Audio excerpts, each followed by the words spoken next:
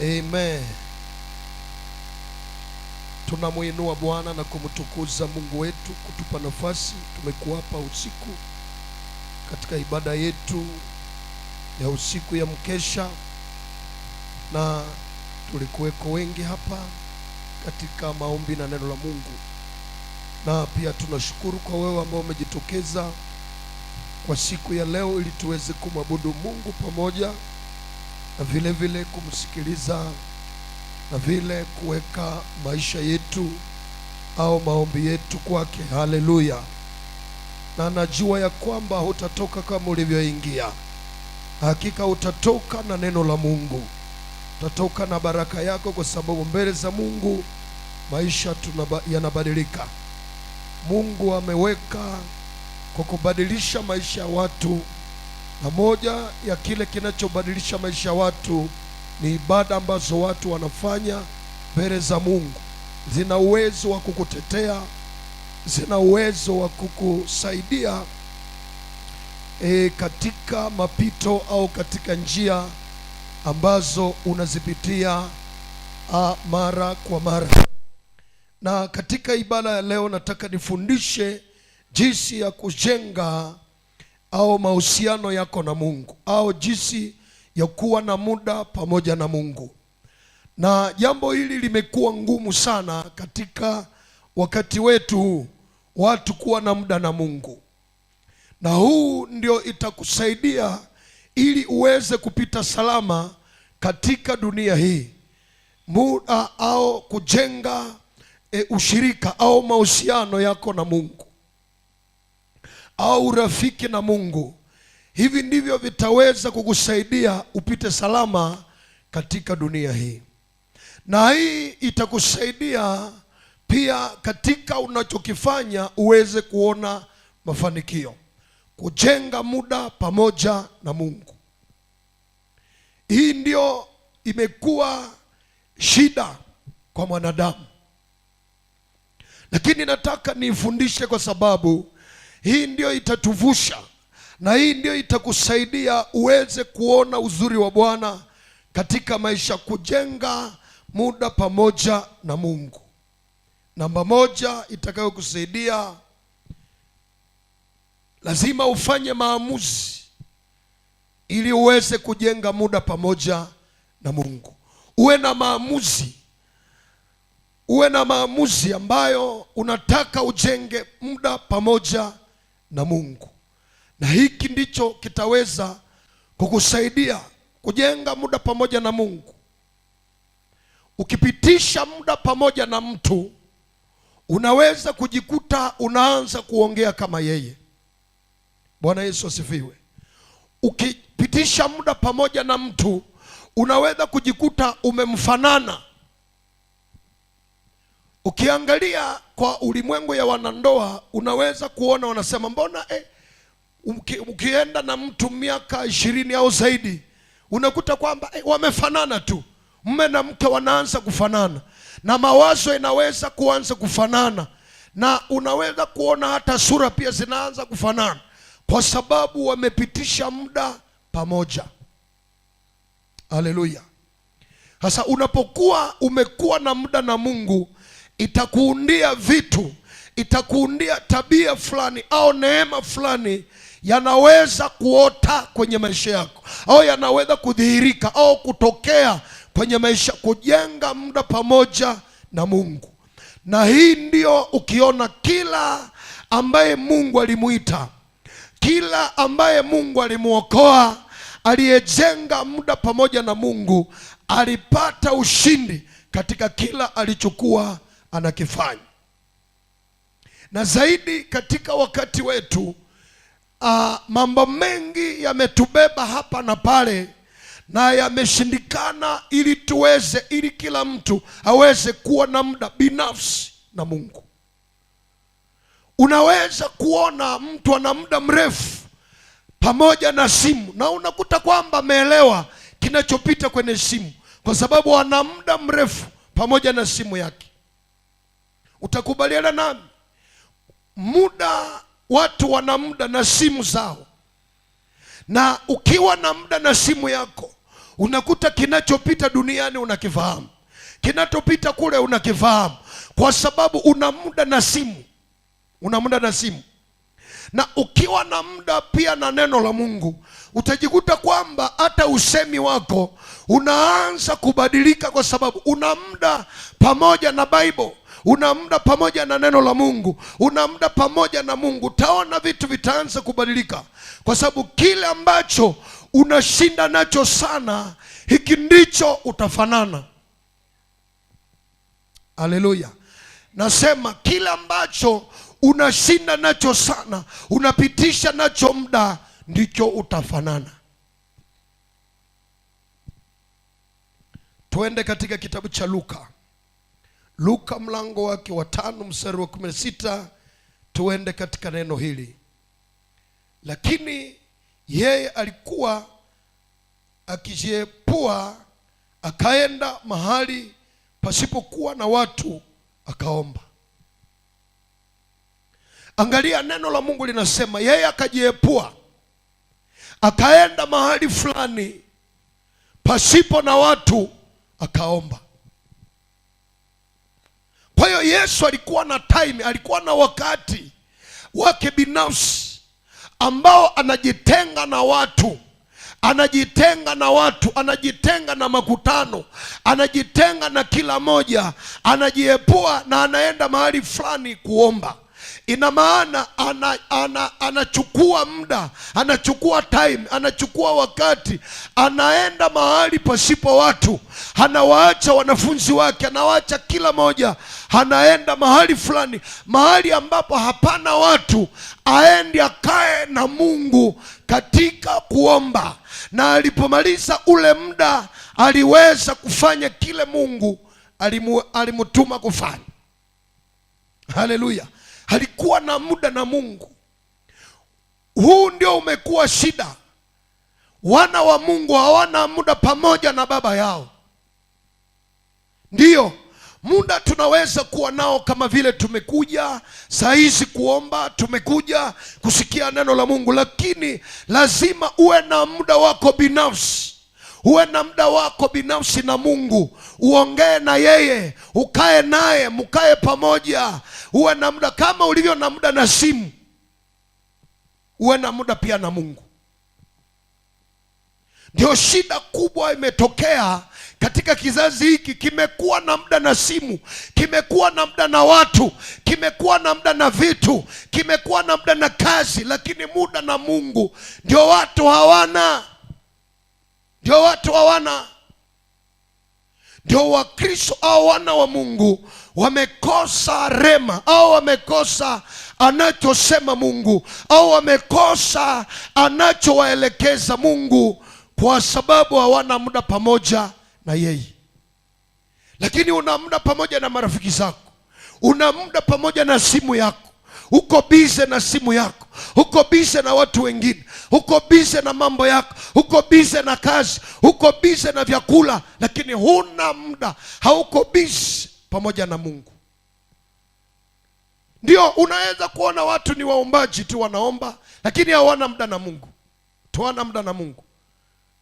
Unaweza kujenga muda pamoja na Mungu, na hii itawezekana unakuwa na maamuzi pamoja na Mungu, kwamba haya, natenga muda huu pamoja na, natenga muda huu ili nisikilize, ili niongee, ili nisikilize Mungu anasemaje. Yesu akajitenga na makutano na watu, akaenda mahali pasipokuwa na watu ili aweze kuomba. Akajitenga na watu. Alikuwa na wakati wake binafsi, alikuwa na wakati na watu, alikuwa na wakati na makutano, alikuwa na wakati na wanafunzi wake, lakini pia alikuwa na muda binafsi na Mungu. Ndiyo, tunaweza kuwa na muda pamoja na wewe kwenye ibada, tunakuwa na muda wa pamoja saa moja na Mungu, asubuhi ya utukufu tunaendelea, lakini pia unaweza kufanya ibada yako binafsi na Mungu, ili ufike, ili ujue anachokisema kwa ajili ya kazi hata ya mikono yako. Lazima uwe na muda binafsi na Mungu, uwe na ibada ya kipekee na Mungu, uwe na muda pamoja na Mungu.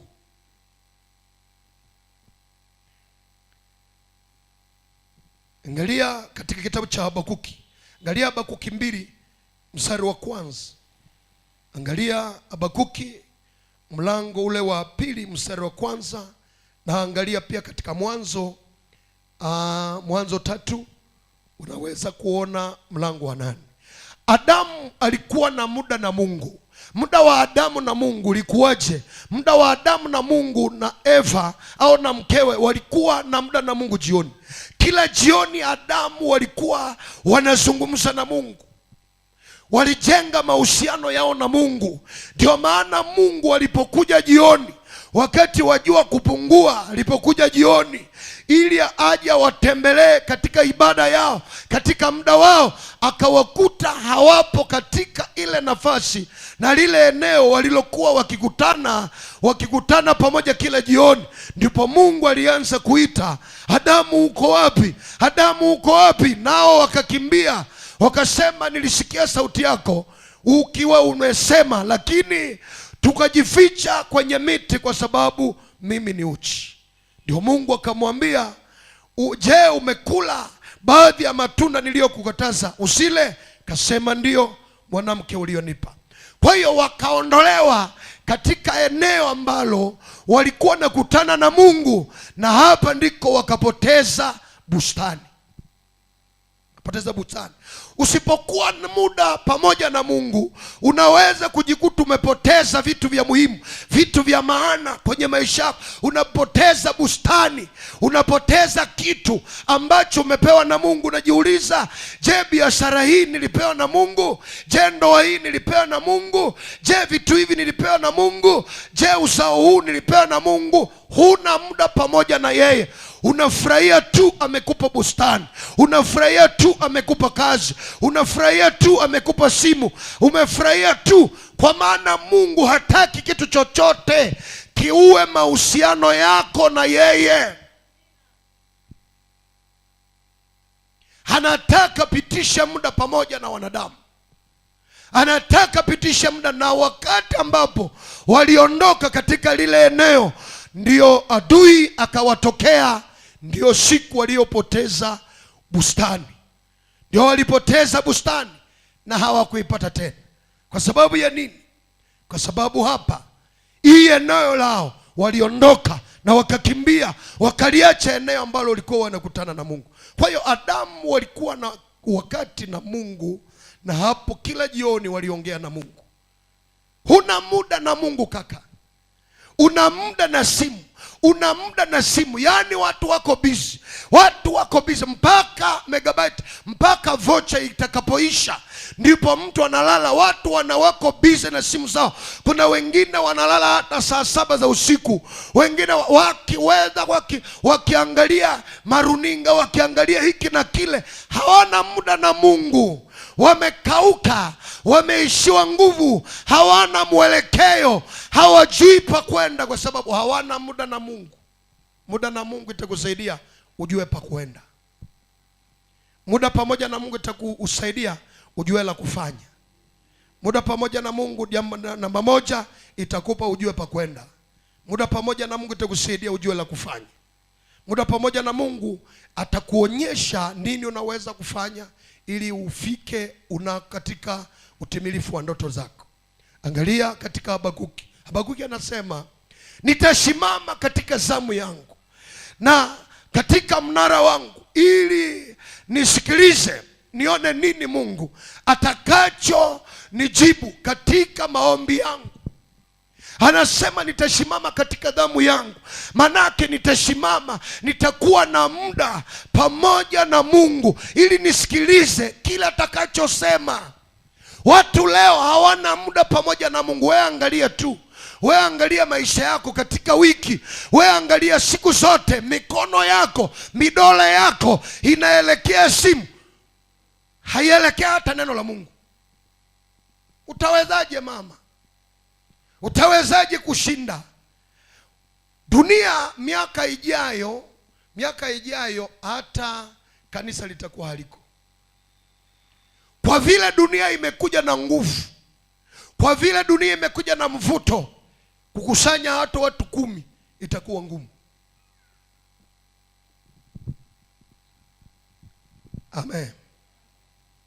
Kwa vile dunia inavyovuta, kwa vile dunia inavyopendeza, kwa vile mikono ya watu haiko kwenye Bible, iko kwenye simu, na kuambia siku zijazo kutakuwa hakuna kanisa.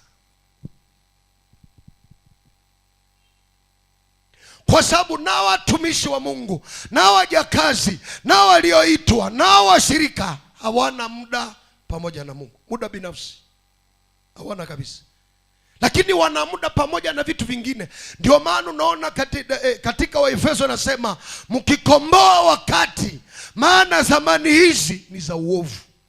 Anasema mkomboe wakati. Kukomboa wakati ni nini? Jua hapa nafanya hili na hapa nafanya hili, na zaidi katika muda wako muwe muda wa Mungu. Katika masaa 12 lazima uwe na muda na Mungu. Katika masaa 12 za mchana lazima, saa za mchana ni 12 na saa za usiku pia ni 12. Katika saa za usiku pia uwe saa zote sio za kulala. Tikiza jirani, mwambie saa zote sio za kulala. Mwambie saa zote za usiku sio za kulala. Hiyo saa sio zako. Lazima kuna saa zako, kuna saa za kazi, kuna saa zako na Mungu. Sasa wewe umefanya saa zote, ndio unaona unaweza unaona simu yako inakula saa yako, inakula saa ya kazi, inakula pia saa. Na kwenye kazi unaona watu wanatoka hapa ndani ya mji, maana mikono yao iko kwenye simu. Hata akiwa dukani yuko kwenye simu, yuko kwenye simu, anaangalia seri hii, anaangalia na hii, anaangalia na hii, wakati ameenda kutafuta hela kwenye mji. Yaani watu watafukuzwa hata kwenye kazi. Vyakula vinawakia, hajui kwamba ni wakati wa kupiga vyakula, ni wakati wa kupikia watu vyakula, yuko kwenye simu. Vingine vinachelewa kuivya kwa sababu wakati ambapo angepika chakula ameweka ndio wakati wa kuangalia filamu. Hata kwenye mafika naangalia filamu, ndio unaona watu wanakula kwa kuchelewa. Vingine vyakula vinawaka, wengine kulea watoto wengine wanatumbukia kwenye moto, wanatumbukia kwenye maji ya moto, kwa sababu watu hawajui kutenga muda. Watu wamejichanganya. Ndio Habakuki anasema, mimi kama Habakuki anasema, nitasimama juu ya mnara wangu, nitasimama kwenye dhamu ili nisikilize mbingu inasemaje. Sikilize mbingu.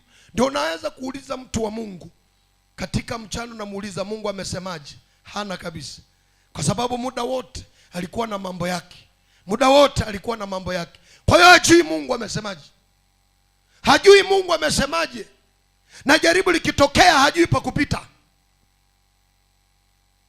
Hana muda na Mungu. Namba 2, takachokuwezesha, takupa mambo 4 yatakao kuwezesha ili uweze kuwa pamoja, uweze kuwa na muda. Jambo la pili, neno la Mungu. Angalie pia katika Waebrania mlango wake wa 4 mstari wa 12, na katika Wakolosai mlango wake wa 3:16. Lakini tuende katika Samueli wa kwanza 15 na mstari wa 23. Angalia katika Samueli wa kwanza mlango wa 15 na mstari wake ule wa 23.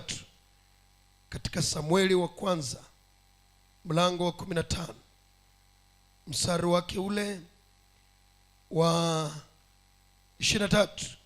Kama umepata utaona kitu cha ajabu hapa. Inasema nini? Kwani kuasi ni kama dhambi ya uchawi, na ukaidi ni kama ukafiri na vinyango.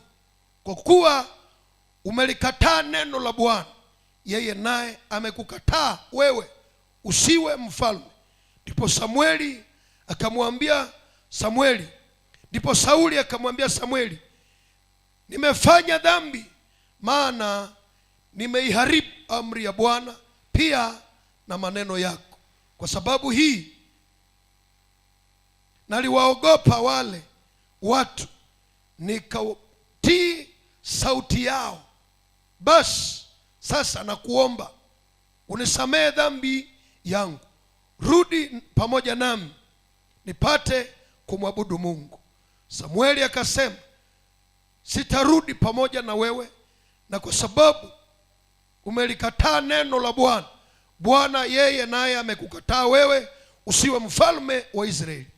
Naye Samueli alipogeuka aende zake, Sauli akashika upindo wa vazi lake, nalo likararuka. Basi Samueli akamwambia, leo Bwana amekurarulia ufalme wa Israeli, naye amempa jirani yako aliye mwema kuliko wewe. Amen. Anasema wewe umelikataa neno la Mungu, na Mungu naye amekukataa usiwe mfalme wa Israeli. Kosa gani alilolifanya huyu mfalme Saulo? Mfalme Saulo aliitwa na Mungu na akatiwa mafuta na mtumishi wa Mungu Samueli, na akawa ni mfalme wa Israeli, na kabila lake ni kabila la Benyamini, na huyu akawa ndiye mfalme wa kwanza wa Israeli. Mfalme wa kwanza wa Israeli alikuwa Saulo, na huyo Sauli akawa amepewa kiti. Mungu akamwambia, sikia neno langu, akamwambia nenda kwa Waamaleki ukawaangamize. Mungu akampa neno lake, lakini alipofika huko akawauliza watu, akawa bize na watu, watu wakamwambia fanya hivi, akaliacha neno la Mungu akafanya yale watu waliomwambia. Ndio Mungu akamwambia Samueli, unajua nimejuta leo kwa nini nimeweka mfalme Saulo awe mfalme juu ya Israeli. Ameliacha neno langu, amechukua maneno ya watu.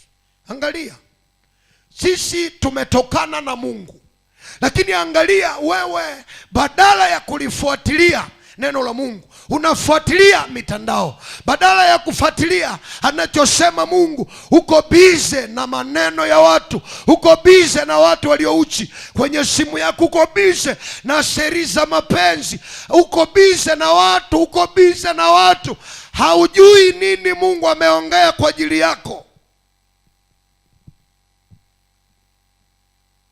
Uko bize kabisa,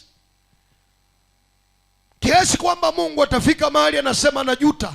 Kwa nini niliweka kitu changu? Kwa nini niliweka karama yangu? Kwa nini niliweka zawadi yangu? Kwa nini nilijifunua kwake? Najuta kwa sababu hana muda na neno langu. Kitakachokusaidia uwe na muda na neno la Mungu, lazima neno la Mungu ujue Mungu anasemaje. Ndio akasema, Yesu akasema, muombe hivi: Baba yetu uliye mbinguni, nasema jina lako litukuzwe, ufalme wako uje, penzi yako yatimizwe. Katika hiyo maombi akasema, utupe chakula chetu cha kila siku. Lazima kila siku ujue umekula nini. Lazima kila siku ujue mkate wangu umekuaje, na mkate huo sio vyakula hivi. Ndiyo neno la Mungu imeandikwa, mtu waishi kwa mkate. Baba yangu, ndugu yangu, lazima ujue nilikula nini leo na nimeshindaje, na jioni imepitaje, nimekula nini. Uko bize kabisa na mambo yako kabisa, uko bize na vyakula, unahunya kila mahali, lakini huko haujui nini Mungu anasema kwa ajili ya maisha yako. Na hii ndio imekuwa tatizo na changamoto katika kizazi hiki. Katika wakati huu watu wanajua filamu na majina yake, watu wanajua vyakula vitamu na visio vitamu, lakini watu hawajui neno la Mungu linasemaje kwa maisha yao yajao. Ijapokuwa ni watu, sio watu wa kudumu, ijapokuwa watu hawadumu duniani, lakini hawajui hata imeandikwa wapi. Hawajui kule tulikotoka tutarudi. Neno la Mungu akasema, kwa sababu umekataa neno la Mungu, na Mungu naye amekukataa. Sababu umekataa neno la Mungu. Alikataa kusikia, akasema kutokusikia neno la Mungu ni kama kosa la ufumu, ni kama uchawi na vinyango. Vinyango ni sanamu. Yaani yeye anayekataa neno la Mungu ni kama ufumu, ni kama kosa la ufumu, ni kama uchawi, ni kama kuabudu sanamu. unapokataa neno la Mungu.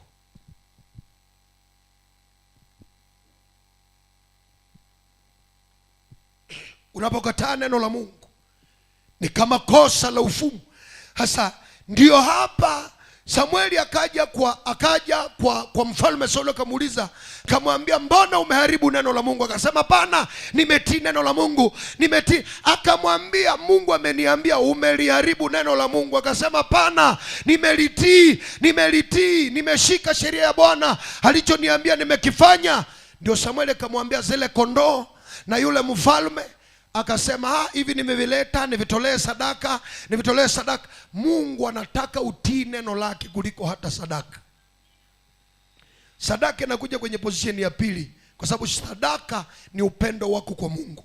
Sadaka ni wewe unasema na kurudishia kwa kile ulichonipa sadaka. Lakini kwanza sadaka anayotaka ni wewe kutii neno lake, ni wewe kutembea katika neno lake, ni wewe kuwa na muda na yeye. Ndio Mungu anataka, kwa sababu hata wewe mzazi unataka uwe pamoja, uwe na muda na watoto wako.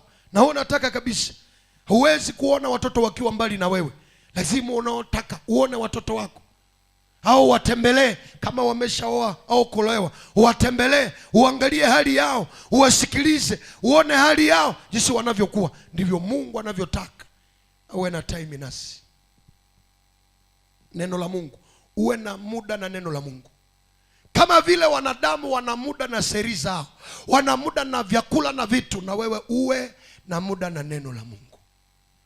Ujue neno la Mungu linasemaje kwa ajili yangu. Ujue leo nimekula nini itakayonilinda katika, ifike mahali kaka, ifike mahali dada, usipokula neno la Mungu ujisikie wewe ni mwenye ole, ujisikie wewe ni mwenye huzuni. Lakini unapotulia bila neno, unajisikia huru kutembea. Hauna neno linalokuongoza, hauna neno ulilokula. Hii ni mauti ya kiroho. Haya ni mauti ya kiroho.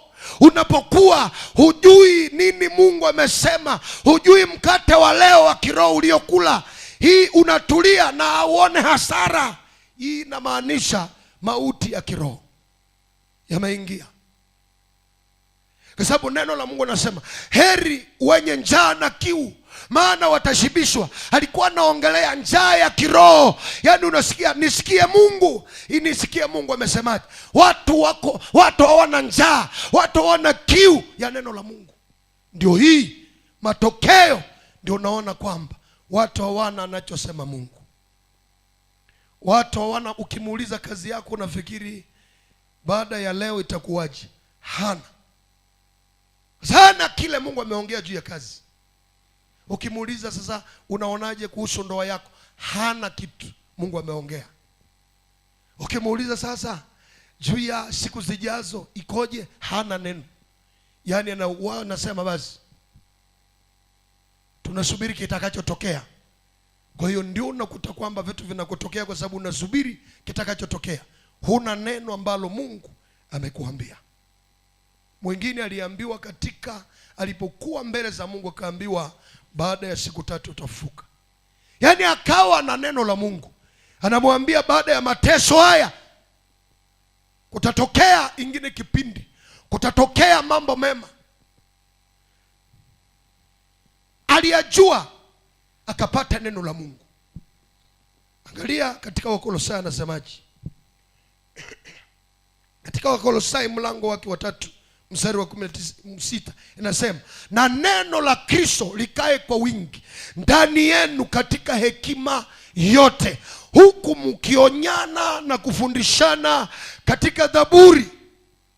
Anasema katika Wakolosai 3:16 anasema, na neno la Kristo likae kwa wingi ndani yenu, hapana kwa uchache, likae kwa wingi.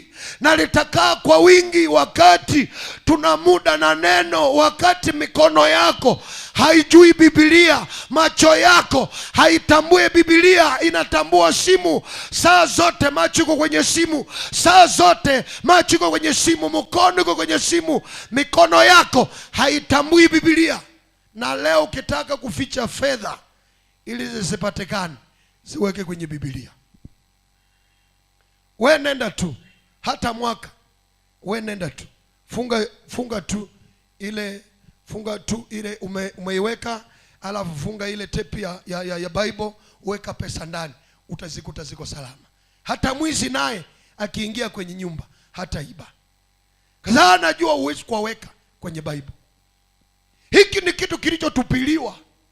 Kitu kinachobeba uzima wa watu ni kile kimetupwa. Amen. Hata tungeita watu hapa, tunasema watu waje tutacheza nusu uchi, watu wangesema wow! Yaani watu wengeitana kabisa bila fujo, kwa sababu tutachezesha wanawake wakionyesha maziwa, wakionyesha viungo vyao. Kwa hiyo watu wanasema wow! Wanasema leo tuliona mambo ya ajabu leo, tumelala vizuri. Yaani unaona roho za watu zinasukwa kwa sababu wameona uchi ya wanawake. Ndio watu wanaenda lala katika amani kabisa. Hiyo ndio watu wanayotaka. Ndio uone macho yako, na watu macho ya wengine mekufa kwa sababu inaangalia simu kila siku. Ndio mwisho macho yamefika kiwango cha kukufa. Siseme wote. Amen. Angalia katika Waebrania mlango wa 4 mstari wake ule wa 12. Anasemaje? Nasemaje katika Waebrania? Tuende mbele kidogo. Waebrania, Paulo anaongea kuhusu watu wa kanisa la Wakolosai. Anawaambia neno la Kristo likae kwa wingi ndani yenu, katika hekima zote mtaanza kufundishana na kuonyana kwa zaburi. Lakini kama neno haliko kwa wingi, kitakachokuwa kwa wingi ni nini? Kwa sababu moyo wa mtu usipopata neno la Mungu utapata mambo ya dunia. Kwa sababu roho mwanadamu hawezi kuishi bila kitu kwenye moyo wake.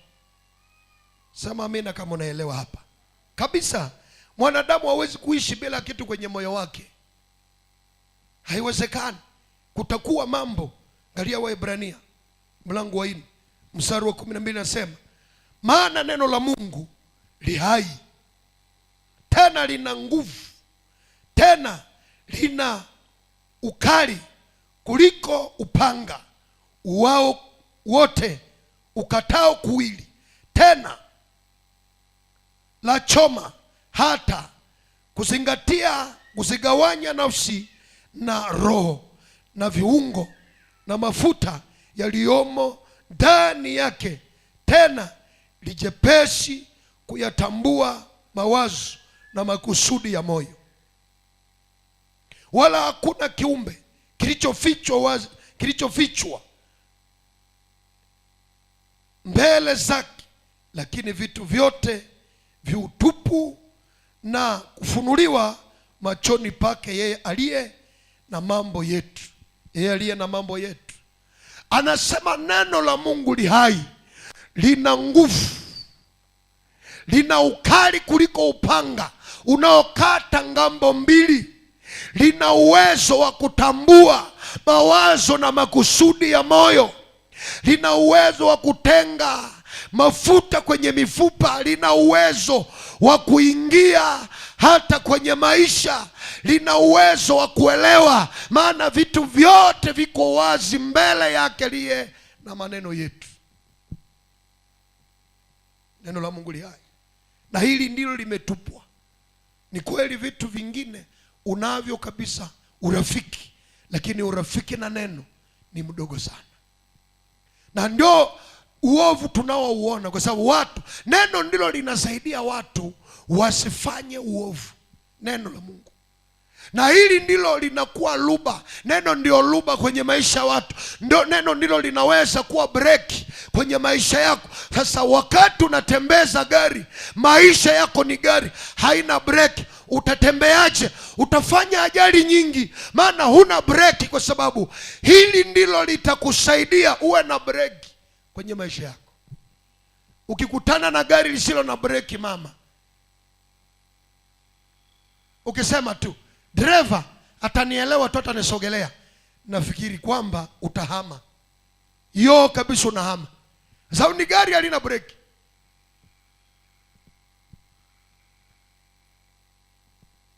Kwa sababu kama maisha yako hayana neno la Mungu, ni kama gari lisilo na breki, yani hili litafanya ajali, hili litawaua watu.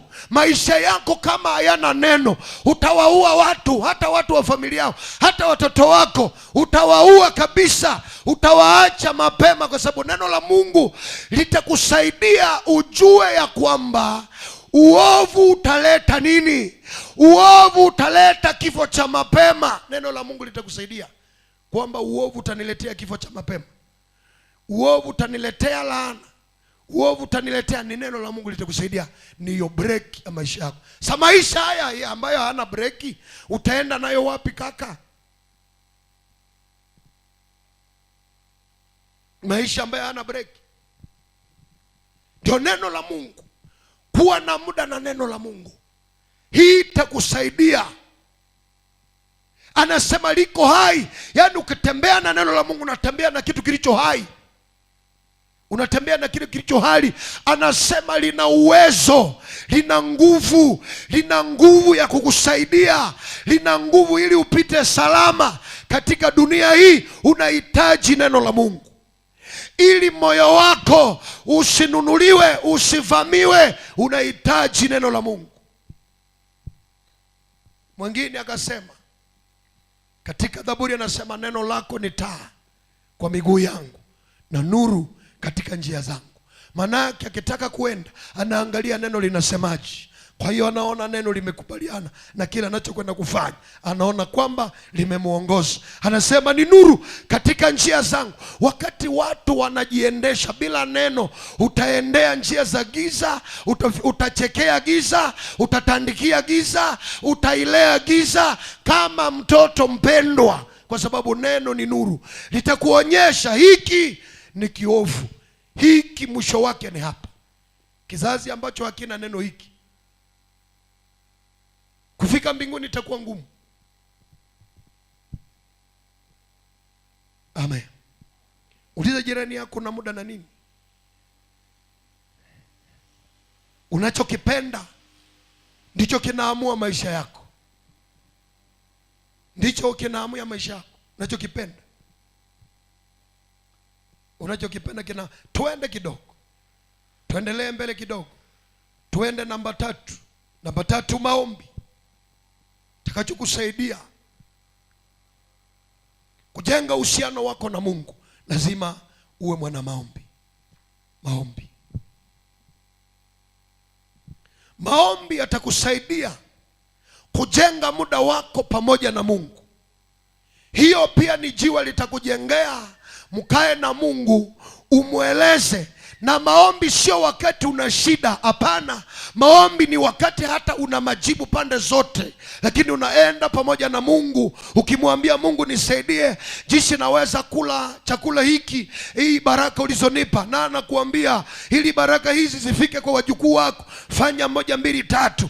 Hatuombe wakati tuna maumivu, hatuombe wakati ambapo vitu vimekataa, lakini wakati vitu vinaendeka, wakati biashara zinaenda, wakati nyumba mnabebana na mume wako, ndio kipindi kizuri cha kuomba.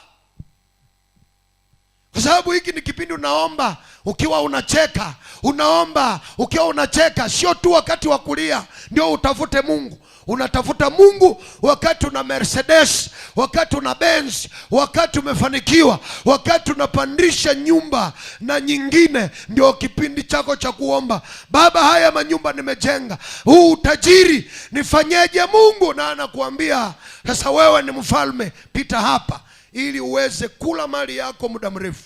Anakuelekeza. Maombi. Hatuombi kwa sababu vitu vinakataa. Hapana, maombi sio wakati vitu vinakataa. Maombi ni wakati vitu viko sawa. Kwanza hiyo ndio maombi ya kweli. Kwa sababu hayo maombi mengine ni unaomba kidogo unalia, unaomba kidogo unalia, unaomba kidogo unalia, lakini Mungu anapokujibu sasa, anza kuomba ukiwa na furaha. Unaanza kuomba ukiwa na furaha. Maombi. Angalia Waebrania mlango wa 4. Waebrania mlango wa 4 mstari wa 16. Utaona kitu hapa. Angalia Yakobo 4:8, maombi. Angalia Waebrania hapa, Waebrania 4 mlango wake ule wa 16, nasemaje? Sijui kama ni hapo.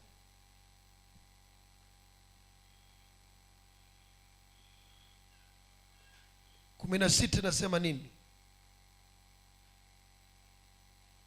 Anasema basi na tukikaribia kiti cha neema kwa ujasiri, ili tupewe rehema na kupata neema ya kutusaidia wakati wa mahitaji.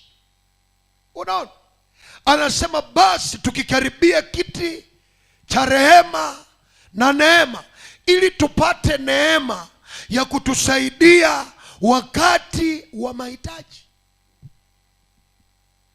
Nasi tukikaribia kiti cha neema, kiti cha rehema na neema, ili tupate neema, ili tupate neema. Kuna neema ambayo ikiendesha kazi yako utaona mahitaji yako yanajibiwa.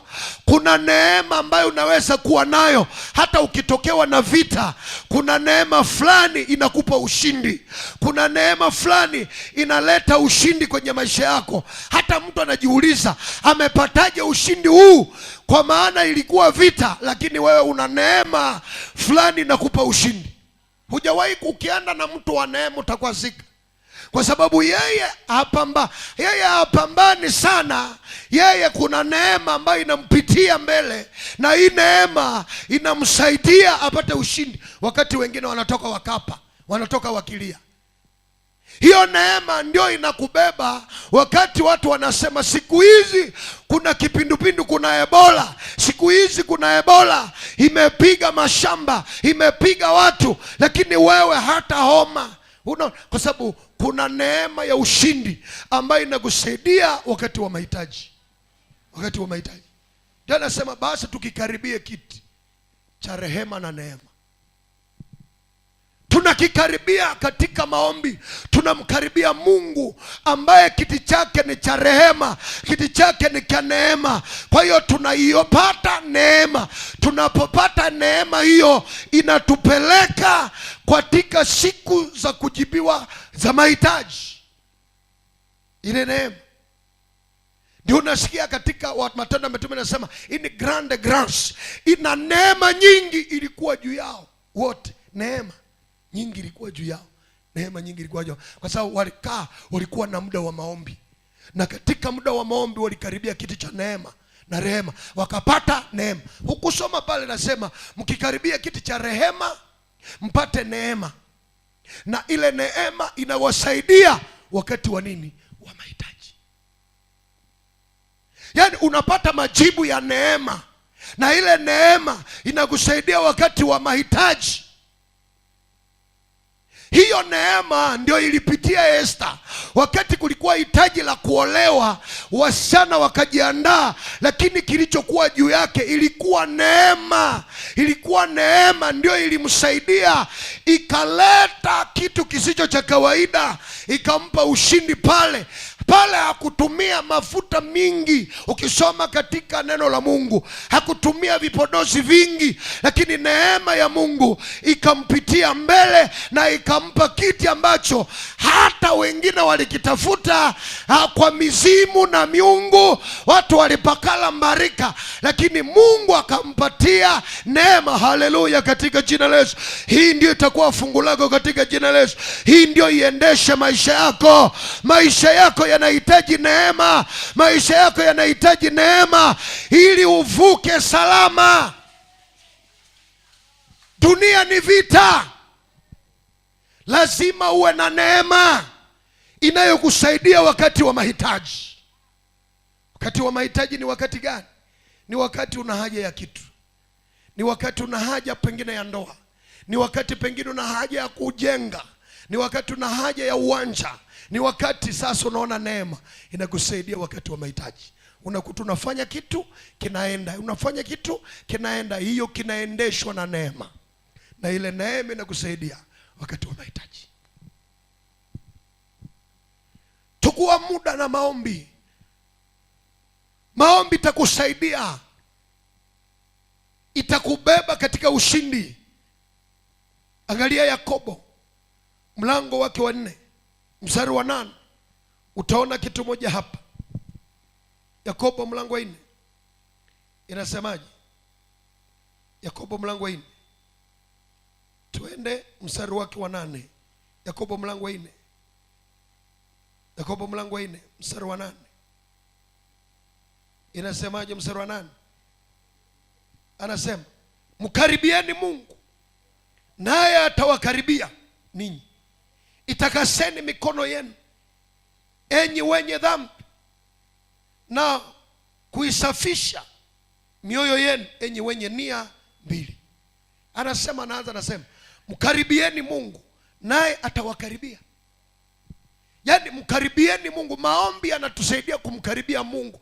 Tunaenda mbele zake. Mungu hapa, ni kweli umenipa utajiri, umenipa ndoa, hekima za kuilinda, nipe Baba.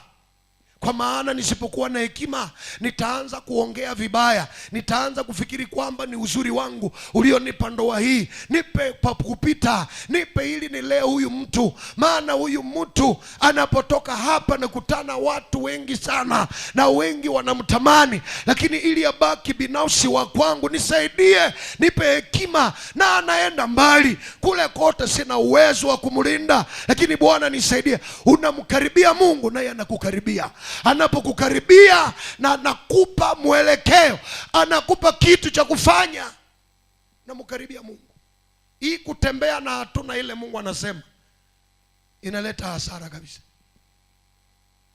inaleta kupoteza mali. Mtu tu anakuomba pesa, nipe, unampa kwa sababu una kitu Mungu ameongea na wewe. Unampa tu, anakuambia tutapata faida hii, tutapata faida, zinaruka zinaenda. Lakini ungekuwa muda na Mungu angekuambia no, pana. Na hii hauwezi kupata hii pasipokuwa na muda wa maombi. Huwezi kupata kitu. Huwezi kupata anachosema Mungu. Anataka utulie, funga simu yako, funga kila kitu. Na hii nimekueleza, muda wa usiku yote ni masaa 12. Zote sio za kulala. Masaa za mchana ni 12, zinaanzia asubuhi. Ile zote sizo zote za kufanya kazi. Unaweza kuwa na muda na kazi, uko na muda na Mungu, naweka mchana mbele za Mungu. Huwezi kuingia kwenye mchana wewe kama mtu una biashara, una kazi, unaingia kwenye mchana tu kama mchawi tu. Haiwezekani. Yaani neema ya Mungu inatosha. Anasema tukikaribie kiti cha neema, cha rehema, ili tupate neema itakayotusaidia wakati tunahitaji wateja. Wakati tunahitaji wateja, tulikaribia kiti cha neema, kinatusaidia wakati tuliko na mahitaji ya kupata wateja kwenye kazi. Vinginevyo mapepo yatashambulia makazi za waume zetu na wake zetu na maisha yetu. Tunaanza kulia kwa sababu imeblock njia za utajiri. Utafunguaje njia za utajiri kama hutaki kuomba? Kama hutaki kuomba, utafikaje? Utafikaje?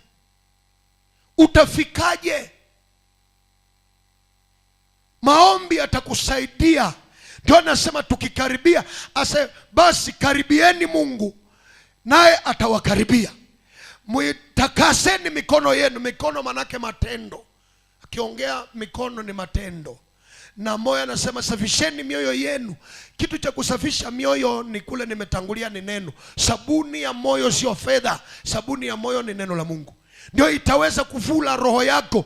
Roho yako inasukuliwa, inatakasika kwa neno la Mungu. Ndio neno moyo wako unaweza kutoa vitu vizuri. Ndio unaweza kutoa mashauri mazuri ikiwa imejaa neno la Mungu. Ndio sabuni ya kuosha roho zetu. Ukisikia kwamba damu ya Yesu nitakase, itakase roho yangu, maisha yangu, kitakachotumika kutakasa moyo wako ni neno la Mungu.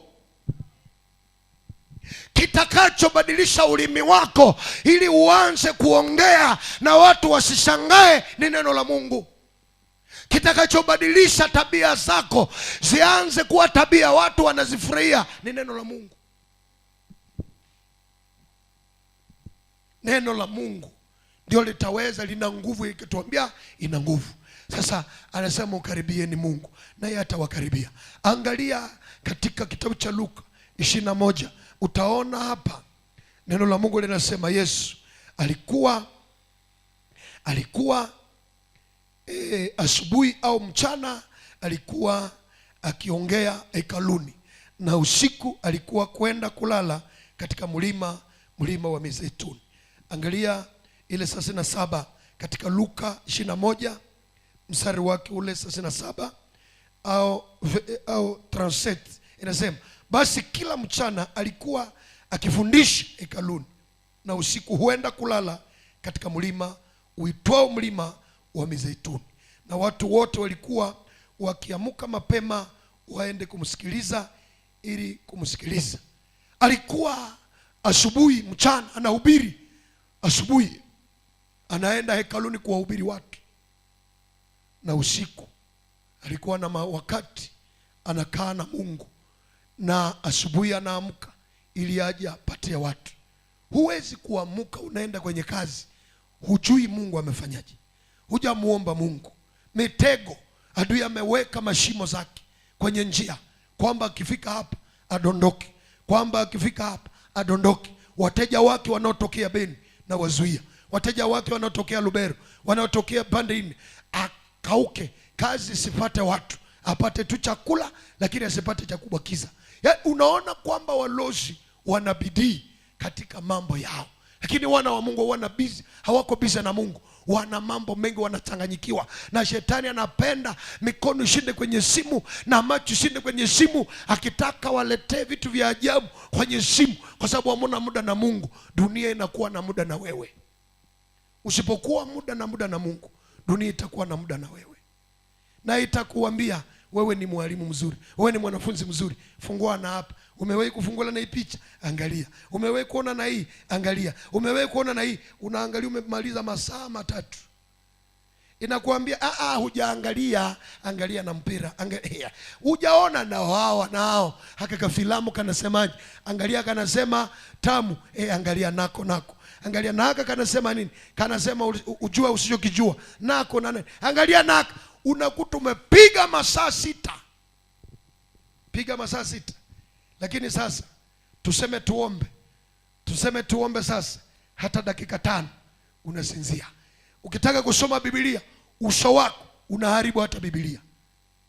Yaani unakuta unalala unapiga Biblia huyu mtu kuna nini? Yaani usingizi. Lakini alipokuwa kwenye simu, macho yalikauka kabisa akiangalia simu, lakini Biblia anaangalia tu madhai, anafunga macho mpaka anajaza mate kwenye Bible. Makaratasi zingine zinaloa mpaka zinaanza kukatika. Kwa sababu ya nini? Mate.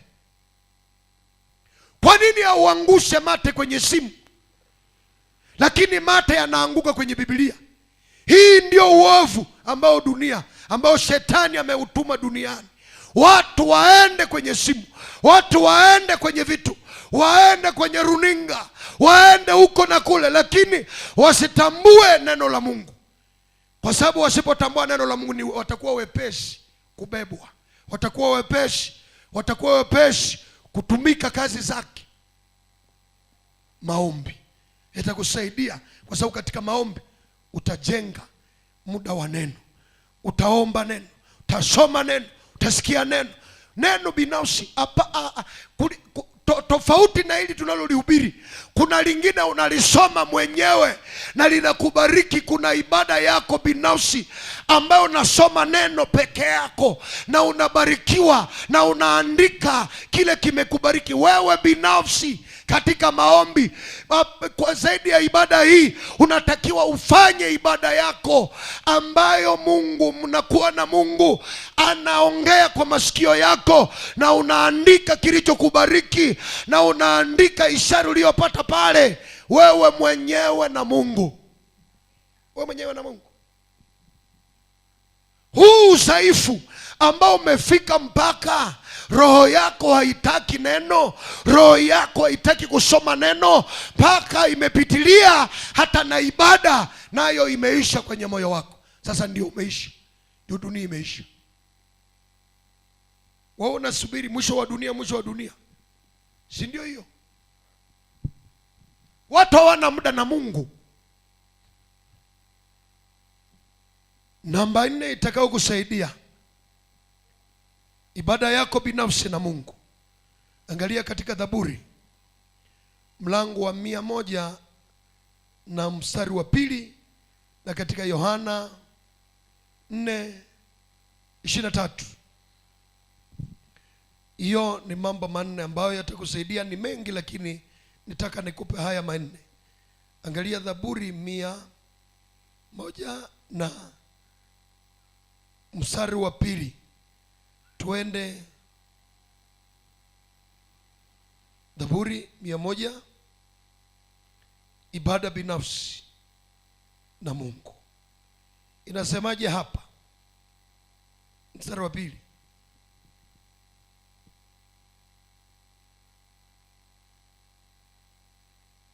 Jueni kwamba Bwana ndiye Mungu, ndiye aliyetuumba na sisi tu watu wake, tu watu wake na kondoo wa malisho yake.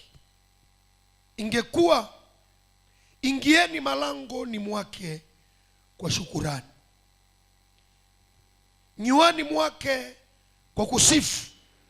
Mshukuruni, lihimidini jina lake, kwa kuwa Bwana ndiye mwema, ndiye mwema.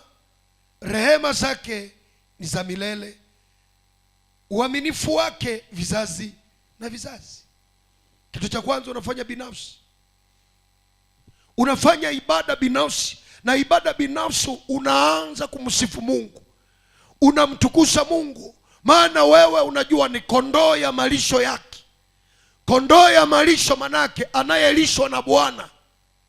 Unafanya ibada yako, unamtukuza Mungu, unaimba. Ndio maana wana wa Mungu unaweza kuwa na kayamba nyumbani kwako, unamsifu Mungu, unafanya ibada binafsi. Unaweza kufanya ibada yako na familia, lakini pia zaidi ya ibada yako na familia, una ibada binafsi yako wewe kama mama, yako wewe kama kiongozi wa familia. Huu uzembe, hii kuregea bila kalamu, ulikuja bila daftari, lakini utaona kwamba hautakimbilia kwa kuandika, utakimbilia kwenye simu, ili yote uliofundishwa na vitabu ambavyo tumesoma hapa hautaviandika. Ninajua kabisa utakavyorukia ni vyakula, utakavyorukia ni simu, utakavyorukia tu ni kufungua, unajiconnect, unajiweka kwenye mtandao. Hii ndio utarukia, lakini kusema tulisoma katika kitabu fulani, niandike. Na hata nikiuliza tulichoanza kusoma ndio kitabu gani, unaweza kukuta kichwa chako kinashindwa kuelewa, kwa sababu vichwa vitakuwa havina kitu. Vichwa vya watu vitakuwa ni bunga kabisa. Angalia katika Yohana mlango wa 4 mstari wa 23, inasema nini? Angalia katika Yohana, tumalizia hapa, tuombe. Mlango wa 4 mstari wa 23, tuende. Nani amepata? Tusome Yohana mlango wa 4 mstari wa 23, anasemaje? Tuende.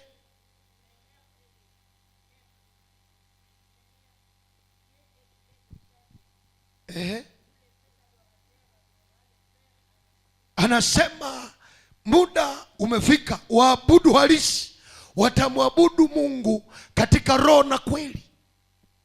Waabudu halisi. Ndio maana wewe unapaswa kumwabudu nyumbani kwako.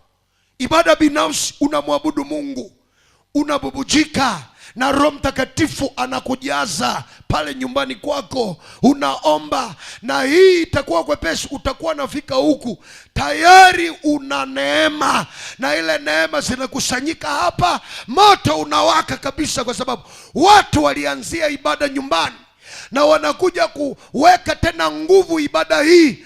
Ndio unaweza kuta ukiombea hapa huna uzito, huna uzito wa kuomba. Lakini ukifika nyumbani ukitaka kuomba, unasikia unapepeta, unasikia huna nguvu ya kuomba, unasikia huna nguvu ya kuomba, unajaribu, unasikia hata kutamka jina la Yesu inakuwa ngumu. Ukiwa nyumbani unatamka kwa sababu umevamiwa, anga lako limekamatwa. Kuna mchungaji fulani ambao alikuwa anatutolea mfano, anasema kulikuwa mchungaji fulani alikuwa naomba, na katika kuomba kwake alikuwa anaharibu kazi za shetani. Na alipokuwa akiharibu kazi za shetani, sasa wachao wakapanga, tutafanyaje huyu mtu anavunja kazi zetu, tutafanyaje? Wakaangalia jinsi ya kumzofisha. Wanaona muda wake wa kuomba ni muda fulani, wanajigeuza kama ndege zile, kama kunguru, zinakuja ruka kabisa juu ya nyumba yake. Anataka kuomba, anajisikia usingizi. Anataka kuomba, anajisikia uzito wa maombi, anasikia uzito wa maombi. Akafunuliwa mwingine, mtumishi wa Mungu akamuita, akasema, mtumishi wa Mungu, najua kwamba kuna kitu fulani adui amefanya kwa ajili yako, ila akitaka kusoma simu inakubalika, lakini akitaka kuomba usingizi. Kumbe ulimwengu wake wa maombi umekamatwa. Unaweza kuona saa zako ulizokuwa ukiomba zimekamatwa. Unaweza kuona muda wako wa neno umekamatwa. Usikubali muda wa neno ukamatwe. Usikubali muda wa maombi ukamatwe. Usikubali muda wa ibada ukamatwe. Adui anaweza kamata muda wa ibada, anaukamata na anakupa kitu kingine. Anachukua muda wa neno, anakupa kitu kingine kwa ule muda.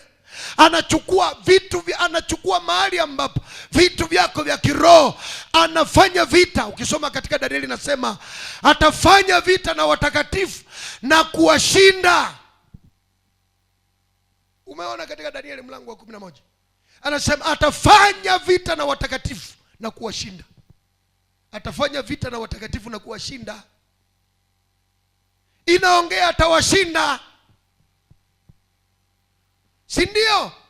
Amekula muda wako na Mungu, amekula muda wa neno, amekula muda wa maombi. Leo hii hujui Mathayo inaandikwa wapi? Shakula muda. Sasa ni kwepesi kukuvuruga hata kwenye ndoa, ni kwepesi kukuvuruga kwenye utajiri, ni kwepesi kukuvuruga duka yako, kwa sababu vitu vingekupa nguvu amevichukua. Silaha zako zote amezibeba. Silaha ya neno amebeba, silaha ya maombi amebeba, silaha ya dini amebeba. Sasa utafanyaje? Wewe mwambie askari mnyang'anye silaha, mwambie pigana. Mnyang'anye kisu, mnyang'anye bunduki, mnyang'anye masasi, mnyang'anye kila kitu, mwambie tuende tupigane. Tuone kama hata kimbia kama mwanadamu wa kawaida. Tutakimbia naye kwa sababu silaha yake imebebwa. Ndio tunavyokimbia kama wapagani. Wanalia tunakufa, na sisi tunakufa. Wanalia hakuna kitu, na sisi hakuna kitu. Tunalia hetwahwa tuende. Yani tunatapatapa kwa sababu silaha zimetundikwa, zimebebwa kwenye maisha. Simama kwa miguu. Leo hii Mungu atakurudishia nguvu ya kusoma neno katika jina la Yesu. Leo hii nguvu yako inarudia. Leo nguvu ya kusoma neno inarudia katika jina la Yesu. Leo hii Bwana na kujenga upya katika jina la Yesu. Kama unaelewa sema ndio katika jina la Yesu, na Mungu aende kukamilisha neno hili kwenye maisha yako. Leo hii Mungu anakwenda kurudisha maombi iliyokufa, maombi iliyokufa ndani yako, kwa sababu hiyo ndio itakusaidia uweze biashara. Hiyo ndio itakusaidia uweze ndoa. Hiyo ndio itakusaidia uweze kuishi Butembo. Hii ndio itakusaidia ujenge. Hii ndio itakusaidia uweze kuokoka katika mitego yanayotegwa mchana, yanayotegwa usiku. Yule mtumishi akamwombea, alipomwombea akasema endelea. Alipomwombea na nguvu zikarudi. Vile zile kunguru zilijaribu, zikakuta nguvu, kwa sababu anga la maombi limefunguliwa. Limefunguliwa. Inua mikono yako mbele za Mungu. Kama unataka tu, utaona neema ya Mungu juu ya maisha yako. Umeshindwa, umekosa upite wapi? Unakuta maisha iko kwenye njia panda, kwa sababu huna nguvu itakayokusaidia pita hapa, itakayokusaidia hii ndio cha kwako, hii sio cha kwako. Ndio umehangaika na majibu yamekuwa mbali na maisha yako. Unakuta watoto unaomba lakini haifiki. Unamaliza kuomba unaenda kwenye simu, inamaliza kamoto kidogo ambako umepata tena simu na kakula.